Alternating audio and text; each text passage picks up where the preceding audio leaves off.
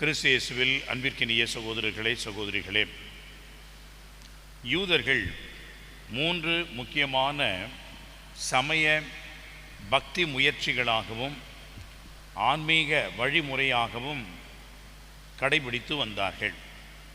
அந்த 3 முக்கியமானவை என்ன என்று சொன்னால், ஒன்று தர்மம் செய்வது, இன்னொன்று இறை வேண்டல் செபம் செய்வது, மூன்றாவதாக நோன்பு இருப்பது.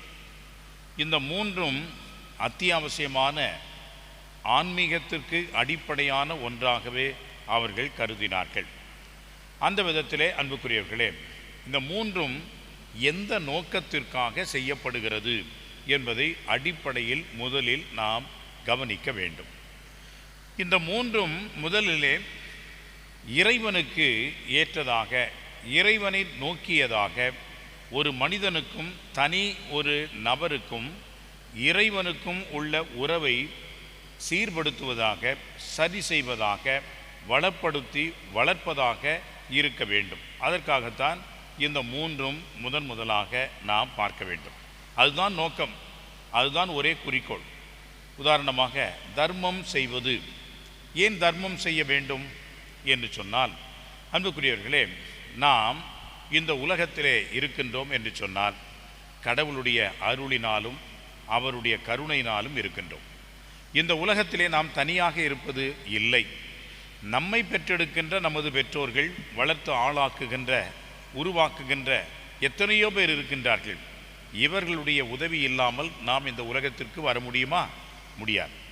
அதே போன்று நாம் வளர்ந்து விட்ட பிறகு நாம் பிறருக்கு உதவி செய்ய வேண்டும், நம்மால் இயன்ற நன்மைகளை புரிய வேண்டும் என்பது நியதி, இயற்கை எதிர்பார்ப்பு. இதை நான் செய்வது என்பது என்னுடைய கடமையாக நான் எடுத்துக்கொள்ள வேண்டும். பெற்றுக்கொண்டேன், இப்பொழுது நான் கொடையாக பிறருக்கு கொடுக்கின்றேன் என்ற ஒரு மனநிலை நமக்கு வேண்டும். அந்த வகையிலே தான் அன்புக்குரியவர்களே, தர்மம் செய்வது என்பது அடிப்படையாக நாம் நிறைவேற்ற வேண்டிய ஒரு கடமையாக நினைக்க வேண்டும்.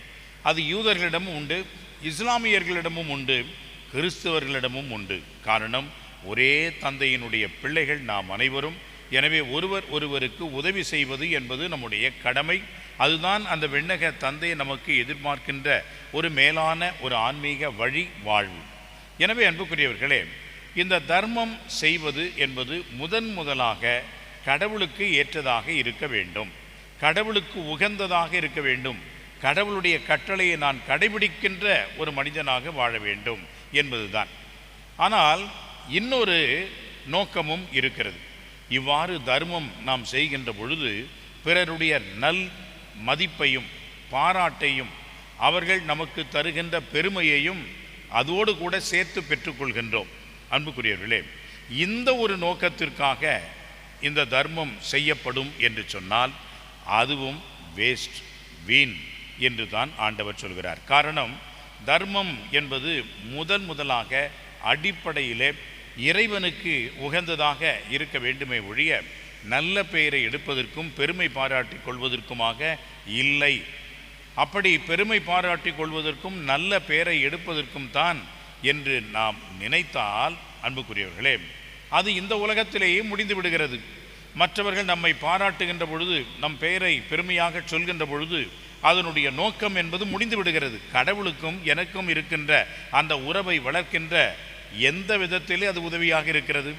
எந்த விதத்திலே என்னுடைய ஆன்மீகத்தை வளர்க்கின்ற விதமாக இருக்கிறது? எந்த விதத்திலே நான் அதனால் ஆன்மீக பயனடைகின்றேன் என்று சொன்னால் ஒன்றுமில்லை. எனவே எந்த நோக்கத்திற்காக ஒரு விஷயத்தை நாம் செய்கின்றோமோ அந்த நோக்கம் நிறைவேறுகிறது என்று சொன்னால் அதுதான் உண்மை. நாம் வெளிவேடத்திற்காக, மக்களுடைய புகழுக்காக, நற்பெயருக்காக நாம் செய்வோம் என்று சொன்னால் மக்கள் நம்மை புகழுகின்ற பொழுது அதோடு முடிந்து விடுகிறது. கடவுள் நம்மை பார்ப்பதும் இல்லை, நம் செயல்களை அவர் ஏற்றுக்கொள்வதும் இல்லை. நம்முடைய அந்த நல்வாழ்வு என்பது கடவுளுக்கு ஏற்றதாகவும் இல்லை என்பதை புரிந்து கொள்ள வேண்டும்.